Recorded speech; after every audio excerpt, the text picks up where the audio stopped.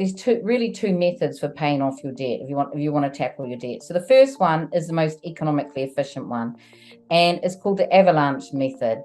And it's when you basically list all your debts in order of interest rate. So the highest interest rate at the top. And this is actually particularly important at the moment because we're in a situation of rising interest rates around the world. And what you do is, you make the minimum payments or the monthly payments that are required. And then you put any surplus money you've got to pay towards your debt, towards that debt with the highest interest rate. And that's the most economically efficient way to pay off your debt.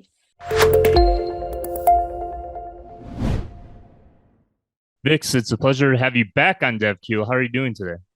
I'm great, and I'm delighted to be back. It's been a while. Yeah, it definitely has. Time flies though too, so It does. really happy to have you back on for another episode. And especially important because, many people unfortunately are dealing with very severe personal economic situations right now. Yeah. A lot of it has to do on a macro level, then kind of trickling down to individuals' ability to survive day to day, on their personal finances being impacted, what will be it inflation hits, energy costs, everything, the added stress that brings upon an individual person or a family can be tremendous. So we're going to focus on this episode on how people can hone in on what they spend, how they spend it, and maybe just shed a little bit of, insight into, keep it under control, especially through difficult times. So for people who are getting to know you for the first time, Vix, can you just please introduce yourself,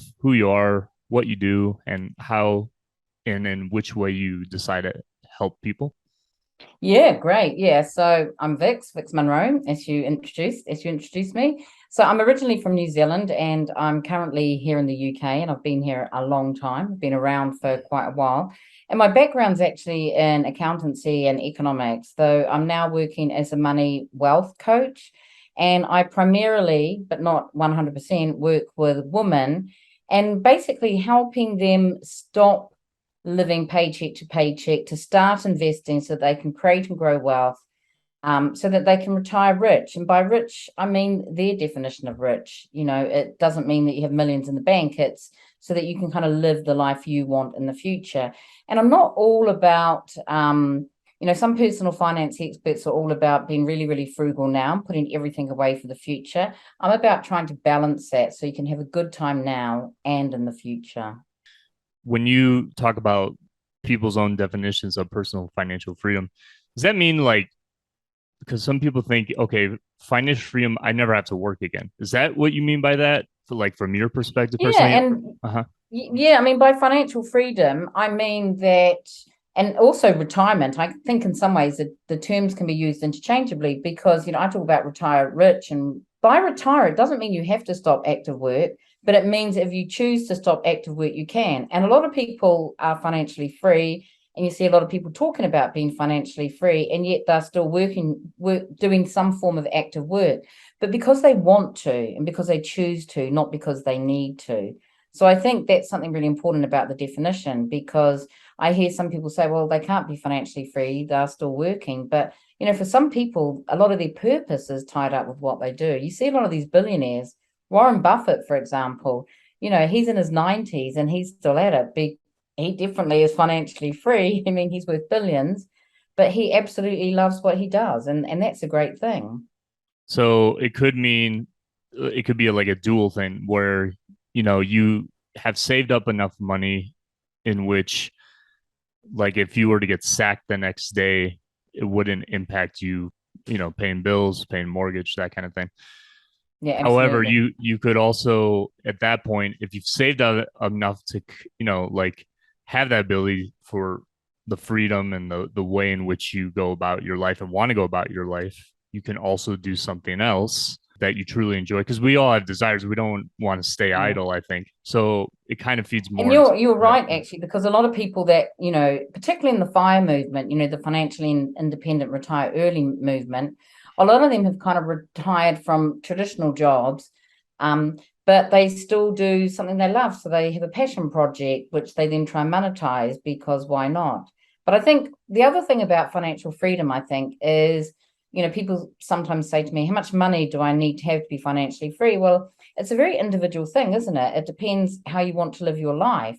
If you're happy with living in a little cottage in the countryside and growing vegetables, then you need a lot less money than someone who wants to be going on international holidays all the time. So it's a very, very personal thing about what financial freedom means, or what being rich means. So do you think it has to do more with like, okay, my lifestyle is this. This is how much it would cost per month, and then gauge it from yeah. there, basically. Like look at Yeah, it I mean, from more that's the what I expense tell people wise. to do. I mean, there's a rule of thumb, like how much money do you need to be financially free? And there's a rule of thumb, which is 25 times your annual expenses. If you're a little bit older, if you're doing it when you're a bit younger, you might want to look at 33 times your annual expenses. And that's based on the rule of the 4% rule, means that if you then withdraw you're investing that, and you take out 4% each year, which is what it's based on, then that will give you enough to cover your annual expenses and enough until the end of your days. So there is a formula. It's crude because, things happen. We get inflation, which could be high. So you might want to up that a bit. It depends on how much buffer you want to have as well. Yeah, inflation, expenses depending on, or fees depending on how your money's being invested, and then you take it out of Yeah. that, taxes, all of it. So, but for There's so sure. many considerations, but that's kind of a crude rule of thumb, which is, Hmm. something people can work with. And most of the clients that come to you are like, what are their probably main debt concerns, especially in these times? Like, what are they coming to say, hey, Vix, I need help and guidance to get out of this hole that I've dug, or I've dug with someone else, whatever it might be. But what are some of the main line items, expenses that they just seem to not be able to get under control? And how do you guide them through that? Yeah, I think what I see in debt here in the UK, I see less student loans than what you might see in the US, because in the US people tend to have student loans for like a long period of time.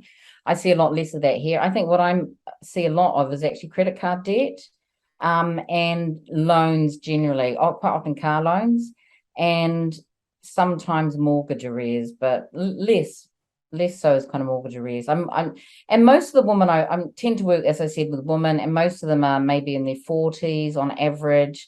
So they have had some time to put money away. But I quite often also see women who may be coming from a relationship breakdown or just after a divorce. So sometimes because they've sold the family home, in fact, they don't have debt. They've actually sold the family home, paid off a mortgage, and they have a bit of money put aside. Then it's like, well, I don't have a home. What should I do? Should I take on a new debt? So it varies really. But from a debt perspective, I'd say just mostly loans, car loans, and some credit card debt. And what are the main ways in which you guide them to tackle, and which items tackle first? Like, because obviously you want to tackle the debt that's not going to keep compounding, and just dig a bigger hole. Yeah. So how do you guide them in that way? Well, actually, the very first thing I say to tackle first is actually anything to do with their living situation. So if it's mortgage arrears or rent arrears or utility bills, energy bills, because what they don't want is, to have their living situation compromised, to, lose their home, be kicked out of their home by their landlord, or have their energy turned off, that kind of stuff. So that's kind of like top priority. And then after that, I say, well, actually, there's two ways to look at it. So what I kind of teach them is that there's two methods for paying off your debt if you want to tackle your debt. So the first one is the most economically efficient one, and it's called the avalanche method. And it's when you basically list all your debts in order of interest rate. So the highest interest rate at the top. And this is actually particularly important at the moment because we're in a situation of rising interest rates around the world. And what you do is, you make the minimum payments or the monthly payments that are required. And then you put any surplus money you've got to pay towards your debt, towards that debt with the highest interest rate. And that's the most economically efficient way to pay off your debt. But the thing where that falls down, though, is if people get a bit overwhelmed, that could be a big debt. It could take a long time. They might stop doing it. So the other method is called the snowball method. And it's where you list your debts. This time in order of the lowest balance first. So you pay the smallest debt off first, regardless of the interest rate. And the advantage of this method is that you get a psychological win quite quickly. So it really depends on your personality. So what I try and do with my clients who are in debt is try and understand from them which person they are. Are they the person that's going to be encouraged to keep going? Because that's what it's really about, isn't it? Paying debt. You don't want to just pay it for 1 month and then like, oh, I'm not going to pay it this month now. You want them to keep going. So if they're going to be encouraged by a small psychological win by having one debt ticked off, then that snowball method's better for them, even though it's not the most economically efficient. Because if it's a method that they're not going to stick to, it's definitely not economically efficient, is it? But if they're a person who's, more encouraged by numbers and the fact that actually paying the debt with the highest interest rate first means that they're going to spend less money overall, then I would encourage them to use that method. So there's no particular method I use. I always say it depends on the person's personality and what will work for them. Because what we want is them to actually be able to pay off their debt. This is a very important point, and I want to touch on that a bit more. So, really, I think the way in which we see money, each person's not the same, right? Like, Yeah. we're all so extremely unique, and we think, there's no one right answer for managing our money based on how we want to live in our lifestyle and everything else. So, just very hypothetical, if someone comes to you, part of them is really concerned about the debt they've accumulated, let's say a lot, but let's say also they're very compulsive buyer. Like they see purchasing whatever it may be as something that makes them feel good, inside, like fills an emotional gap or something like that, right? Yeah. So And there's a lot of that as well in the world. yeah, We talk about absolutely. emotional spending, don't we? Emotional eating, emotional spending. Mm-hmm. Yeah, And a lot of people do that. if I've done it myself. So no, for sure. And really, like I'm not trying to berate that way of doing things in any means. However, like it's a weird sort of dichotomy if someone's going to you and the part of them's like, okay, I really want to get out of debt, but as soon as I get off my call with you, I'm going to go and purchase like 10 things. Right. yeah. So, I mean, when you work with people and really in the way in which you help guide them with their finances, debt, expenses, everything else, is there a part of you that maybe helps understand them individually like that and try to keep them really like in rein or sort of accountable for tracking that they stay on the right path? Or how do you deal with that? Yeah, there's a couple of things here, I think. So first of all, is you've really picked up on the emotional side of money, haven't you? This kind of, emotional spending. So what I tend to do is I talk to them about the debt cycle and talk to them about their spending and the fact that it's emotional spending, and try and get them to look back at, when they started doing this, what was happening in their lives. Is there something that triggers them? If they're saying, I just want to go off and buy this, it's like, why? Why do you want to buy that? How is that going to make you feel? And, a lot of it, and then I get them to look at maybe I like to get them to look at their previous expenditure. So to track their expenditure, so maybe look at the expenditure for the last month and look at everything and say, okay, what did you spend? What was a need? So, if you're spending money on your rent or your mortgage or your gas bill, that's a need. And what was it that was a want, that was like discretionary expenditure? And I'm not one of these people that's, you've got to be really frugal, you've got to scrimp and save, everything's about the future. I try with my clients to get them to, be able to spend money on things they really, really want, to have a good time now, knowing that they're putting away enough for the future. So when I get them to look at their spending, I get them to rate it on a scale of 1 to 10 in terms of how much joy or how much pleasure that brought them, in a kind of Marie Kondo kind of way. And that's what Marie Kondo does, doesn't it? This is his jumper, how do you rate it? Are you going to keep it? It doesn't bring you much joy. If not, why have you got it? Why is it taking up space and energy in your home? We're going to, give it to someone else who will love it more. And I try and get my clients to do that. They're spending, and it works really well, actually, because sometimes they'll go through and they'll say, oh, that was a 2. I bought something, it was a 2. It didn't bring me any joy. I mean, I've even had someone say once, which actually it was a -1 or something, because not only did it not give them joy, they never used it. It just sat in a cupboard or something for a couple of weeks. But he said it actually had a negative impact because exactly what you're saying, it pushed them further into debt. So that exercise is actually quite powerful because it gets people to actually think about their spending and is it aligned with their values? Is it aligned with the things that they value and the things that bring them joy or bring them pleasure? And if it's a 9, then it's kind of like, okay, that's great. And so what I try and do with my clients is get them to come up with, rather than a really strict budget, because, a bit like strict diets, I don't think strict budgets work. I kind of talk about having a conscious spending plan where you do have some money allocated to whether, I talk about having money in pots, different pots for different things. So you'll have your living costs in one pot, and you might have, well, I, for example, have a travel pot because I love to travel. I've just told you before I'm going to Portugal on Wednesday. You might have a clothes pot. You might have a fun pot. So, you've got to, and then you allocate yourself a bit of money in your fun pot, even if you're paying debt, because I just don't think people can sustain paying off debt without having a little bit of fun. Okay, you're going to have less money in that fun pot than if you weren't in debt, but you've got to have something to look forward to keep yourself going. So, and as I said, it's a really powerful exercise because it gets people to think about it. And then if you allocate yourself a fun pot for the month, say, or it could be a week, depending on how you operate.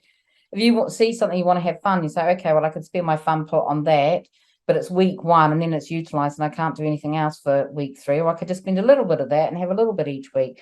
And it's about then also understanding trade-offs, because spending is always about trade-offs. So if you spend money on yourself now, it's money you're not putting towards your future self. If you spend money on, a nice dinner tonight, well, that's maybe a movie you can't go to 2 nights later. So there's always a trade-off, and it's making the trade-offs that work for you so that you spend money on things that actually you think that, I really enjoyed that. Yeah, it cost me £20, but actually that was a really good night. And that was worth £20 to me.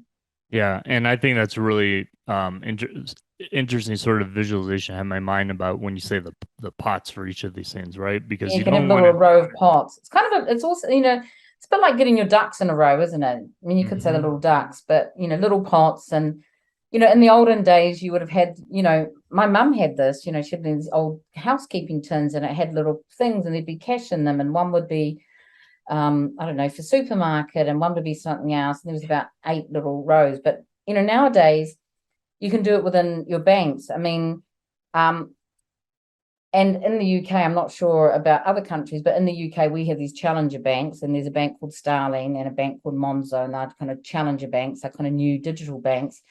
And I bank with Starling, and one of the things I love about them is their app, is you can move money from your main account.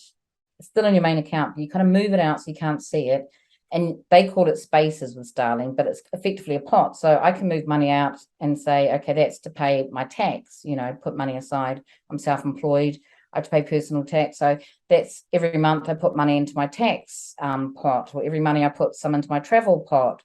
And on the app, then I look at my main account. All that's left is pretty much my living expenses. And then when I pay something from my travel account, I just transfer it it takes a second. I transfer it from my travel pot back into the main account so I can spend it.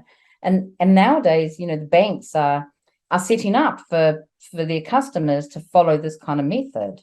And it works really well. I love it. No, I think it's great because there's 2 things there. One, I would say, especially in these times, probably much more in the future, we're so ingrained in our devices and our technology applications. It's just like it's really like a part of our body now, it seems like, for many people. So the more, like, in this aspect of our life with finances and the way we manage our money and everything else, like, the more user friendly that becomes, I would say, really the better. And also the quote unquote fun of it. Fun meaning, the interaction and the interface with, okay, you're doing this, you're moving here, da da da. I mean, the thing is, because people, I think, oftentimes want to just forget about how their money is or how they spend it or this or that, because it's just like, oh well, it doesn't entice them enough in many ways, unfortunately. And the other thing is about it is, obviously you have a pot which is saving and investment, so that's about your future self. And I think that's one thing I find with a lot of my clients is they are not putting enough money, if any money, into that kind of future self pot, the savings and investment pot. And what I see a lot of is that, people make money, they have an income, whether it's from employment or from their own business, and then they kind of operate on an energetic zero level, which is basically the money comes in and they just spend everything in the month, pretty much living paycheck to paycheck. I mean, it's very common, and particularly in the UK, and you get people earning high salaries here in the UK, and I'm sure it's the same in other Western countries as well, who live paycheck to paycheck, everything is spent. Yeah. And, that's kind of like they're living with this energetic zero. And within this pot system, you kind of provide a method where you can pay yourself first, because, when on the day your income comes in, you put a bit of money into that future self pot, which is savings and investment. And you can either do it by the question I'm going to answer now is, how do you work out how much money to put in each pot? Well, you can either do it by tracking your money, looking at what you spent for the last 3 months, how that allocation would work out, but then actually go back through it and say, but actually I've already said that was a bad purchase and that was a bad purchase. And when I look at this, I didn't have enough funds, so I'm going to put a bit more in there. Or some people do it by a percentage, they work out that their living costs 50% and 10% for saving investment, or 10% for fun, or whatever it is they do. And sometimes it's trial and error. It might take a while, it might take a few months until you're really comfortable with how you're running your pot system. So, if you don't get it right the first time, no problem. I mean, whatever works best for you, and like works best on the analytical side and also the emotional side of it, right? And if those two things kind of synergize, probably the better, for each. Yeah, and you said something really good earlier, which was basically about, every person's different. And, even the word personal finance has finance is preceded by the word personal. So it has to be personal to you, and you have to make it work for you. Absolutely. And I'm curious as well, like when your clients come to you and they're talking about this issue with debt and expenses, and let's say the person coming to you is really to try and take it seriously, but let's say if they're living with somebody who really just doesn't care about finances and compulsively spends and this and that, and obviously that relationship is paramount to someone's like the family or the couple's lifestyle. Like how do you then maybe guide or maybe help them in such a way that they truly want the help, but their financial situations also depends on someone else? How does that come into play? Yeah, I mean, that's really tricky, and I'm sure the stats are the same all around the world, but money issues are like I think it's the number one reason for relationship breakdown or divorce or things like that. So it is very difficult, but I mean, the main thing I say is it's about communication. So they need to be able to communicate with their partner about their needs, and they need to have shared goals. And, and it's about kind of creating a way forward. And it also really depends on how they manage their money in that relationship, whether it's, 100% shared, so everything is shared together, whether it's, 100% separate, or I suppose the middle way is, mine and yours, mine, yours and ours, that type of thing. And what I talk about is it's really about communication. The whole, you've got to have you don't have to, but ideally set up having a money date, set shared goals, track them. So, if you're saving for something, maybe track how much you've got. I mean, do little rewards. So you maybe use your fun pot for when you reach a certain amount. So say if you're saving for a deposit for a house, for example, and you work out you need, what's a good amount? You need £36,000 to buy for a deposit for a house, and you're going to save over 3 years. So you need to put away £1,000 a month. So every £3,000, say, okay, let's go and celebrate. We've allocated some money in our fund pot, so every 3 months you can go out and celebrate that fact and kind of track it. And I think the other thing is in part of the communication is, as I said, I talk to my own clients about their emotional relationship with money. They need to talk to their partner about that. And the other thing is couples counseling. I mean, if the communication and the talks aren't working out, then I think they need someone else, to kind of a professional to intervene. It's a really tricky situation, It's very, very tricky, Yeah. particularly if, I'm not working with that person. So it's just all, it's reported back and it's like, well, my Right. partner doesn't want to do that. Yeah, exactly. Yeah. But you can just Yeah. do the best you can and guide them in the best way you Yeah. can. So, But Vix, then, but the first thing, communication, talk about it. communication. Absolutely.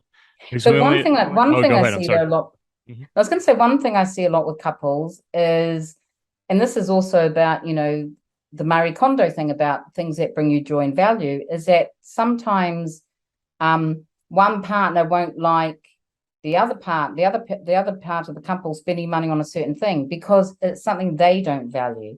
But so I think one thing that's really important in relationships is to sit down and talk about the kind of things that you value and want to spend money on, Yeah, yeah. and to make sure that each partner gets a bit of their own things in the way you're spending money. Because, and I've had that, in relationships in the past as well. I had a partner that he was really into motorbikes and wanted to spend all his money on motorbikes. And I was just like, oh, you're just wasting all this money on motorbikes. But then he would criticize me if I bought a magazine, so well, that's just a waste. You're just going to put that in the recycling bin, in a week's time. But I loved reading magazines. I didn't watch TV. And he loved tinkering around with his motorbike. And and this was many years ago.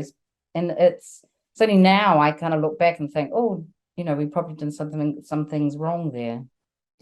It kind of, if you do get the opportunity to sit down and really look at all these things together and analyze it, it really kind of tells you a story a lot about who you both are, So Yeah. because you might go on autopilot for a while with your relationship, you gotten together, you're doing things, but then when you gotta kind of really sit down and see it, like, and then see it in that way financially, it kind of tells you a bit more about your story, even, and then it's like, well, Yeah. should we adjust our or update our story in this way and include these things and take out these things, etc. It's And you're quite right. interesting. And it's like, when you're having that discussion or that talk with your partner about money, one of the things that I think is really key is to talk about how money was managed in your family. How did your parents manage money?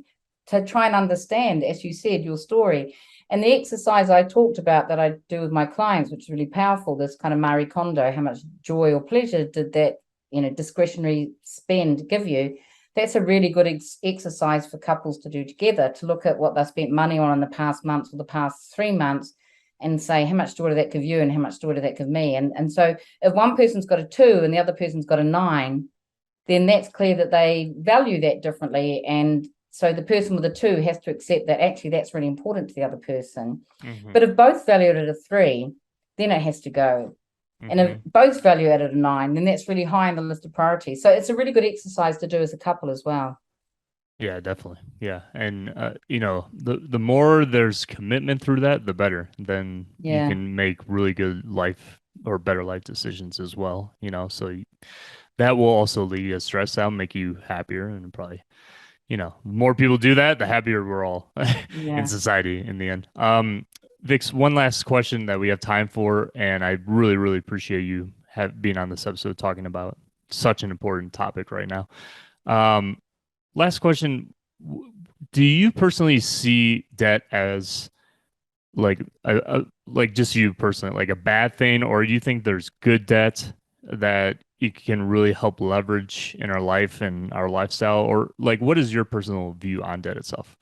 I do think there's good debt and there's bad debt. I think, things like a mortgage, because it enables you to buy a home, somewhere to live. I think a mortgage is good debt, and it's usually for an appreciating asset. I think education can be a good debt, in particular if it means that you can leverage that to bring in more income downstream. I think what bad debt is really when you're spending money that you don't have on things that you want but you can't afford. And I would look, at other ways of being able to do that. Like the first thing I often talk to my clients about is, okay, how can you bring in more income? Can you negotiate a pay rise if you're an employee? Can you take on a side hustle? A lot of people want to go into business, and it's a good opportunity to start doing that as a side hustle to see if you can bring in a bit more income. So then if you bring in that income, then you have more money to spend on the things that you want, Sure. and then not need to go into debt. So I do think there's good debt and bad debt. Good debt is about leverage, which enables you to do something but bad debt is basically spending money that you don't have on things that you want but don't need. Sure. Very good way to frame it. Vix, where can people find out more about you, possibly work with you if they're able to, Yeah, follow great. you, So engage with you? yeah, so I'm on Facebook, Instagram, LinkedIn, and now also most recently TikTok. Woohoo. I'm I'm Vix Munro, Vix.Munro on Instagram and TikTok. I have a Facebook page called Retire Rich. I have a Facebook community for women only, unfortunately. Sorry, guys. Called the Retire Rich Community. And yeah, I'm everywhere and I can provide my links. So if anyone wants to, get in touch, please do. Absolutely. We're going to include all of Vix's information in the show notes, the pinned comments on all the podcast platforms and all the visual platforms, everywhere that we have a voice and can be seen. So make sure you connect with Vix and really, especially if you're serious about trying to tackle your debt and expenses and get on the track in your own situation, your personal finances, that you want to feel, that weight off your chest. Make sure you connect with Vix and work with her. And definitely follow her. She posts a lot of great content. So thank you, Vix. Really appreciate you being back on KEAL, and it was a pleasure. Thank you. Oh, thanks for having me. I enjoyed it. Thank you. And we will see you all in the next episode. Take care, everyone, and have a great day.